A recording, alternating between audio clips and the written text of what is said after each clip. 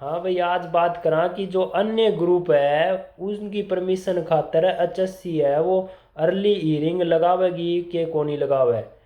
तो कई दिन पहला अखबार में कटिंग आई और बहुत सा भाई चेयरमैन साहब तक मिला।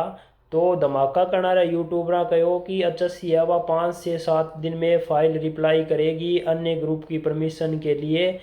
वो फाइल है वो हाई कोर्ट के अंदर जमा कराएगी भाई।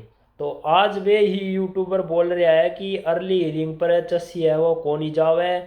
तो भाई पहली बात तो उन धमाका करना रहा यूट्यूबरों को कोई स्टैंड कोनी। वे है बिना पिंदा का लोटा जिन्हें भारी दिखे उस साइड में ही पलट जावे। तो रही बात अर्ली हियरिंग की, तो वो तो भाई हरियाणा के सारे बालकन पता है भाई सरकार अर्ली हियरिंग को नहीं लगावे बिना प्रेशर गए। क्योंकि सरकार ने जो भर्तियां है वे इलेक्शन करने करनी है। कई भाई कह रहा है कि लोकसभा इलेक्शन करने भर्ती होगी। लोकसभा इलेक्शन को विधानसभा इलेक्शन से कोई फर्क कौन पड़े भाई। लोकसभा इलेक्शन है वे अलग है, विधानसभा इलेक्शन है वे अलग है। अन फायदो होगा वो बीजेपी सरकार का जब फायदो होगा वो जब ये इलेक्शन करने भर्ती करेगा। आपने देखी होगी पिछली ग्रुप डी की भर्ती, जिस तरीके की 18,000 पोस्टां पर ग्रुप डी की भर्ती हुई तो रातों रात बीजेपी की हवा बदल गई। तो एक उस टाइम एक नारो आयो कि अब की बार 75 पार, तो वो एन इलेक्शन करने भर्ती हुई फिर भी 75 पार बीजेपी सरकार है कौन नहीं कर सकी भाई। तो अब यदि 12वां महीना तक ये 60,000 भर्ती कर दे तो भाई लोग याद कुकर करेगा। तो वो बेनिफिट है वो सरकार ने कौन मिला है। तो सरकार ये भर्तियाँ सारी की सारी है वे आगे सरकावेगी, चाहे वे कोर्ट के थ्रू हो चाहे वो केस ही हो भाई। अभी तक कोई निर्णय होना तो हो लेता भाई, या तो अन्य जिस तरह फोरेंसिक वाली है वो विड्रॉ कर ली थी एचएससी ने, तो ये भी कर लेते भाई। वेरिफिकेशन करवा लेते उसके बाद है वो रिजल्ट पेपर ले लेते। लेकिन एचएससी इसको लंबा खींच रही है। किस लिए? क्योंकि विधानसभा चुनाव के जो हैं वो काफ़ी टाइम है अभी, और लोकसभा चुनाव का इन भर्तियों पर कोई असर नहीं होगा भाई। और रही बात अन्य ग्रुप की परमिशन की, तो रिप्लाई फाइल नहीं करेंगे, ये सबको पता था पहले भी। और यूट्यूबर ही नहीं मान रहे एचएससी वाले, धमाका करने वाले भाई।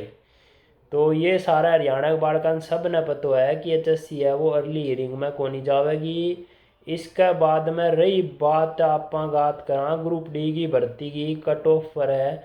तो ग्रुप डी की भड़क ना ले होश का 99% ये भर्ती भी इलेक्शन करने करावा है। बांक ने एक बात मुद्दों वे यूट्यूब के अंदर छोड़ देगा धमाका रान करने कि आप यह बात बोलो कि यदि ग्रुप डी की पहले भर्ती हो गई तो ग्रुप सी में जब बच्चे लगेंगे तो खाली हो जाएगी ग्रुप डी की पोस्टें। तो ग्रुप डी वाले बच्चों की मेरिट कम जाएगी। तो ये एक रीजन वो दे के हंगामा मचवा देंगे भाई। हरियाणा के अंदर यूट्यूबर बहुत फेमस यूट्यूबर है और सारे बच्चे उनकी बात मान भी लेते हैं, सब के सब मानते हैं हरियाणा के अंदर धमाका करने वाले यूट्यूबरों की बातें।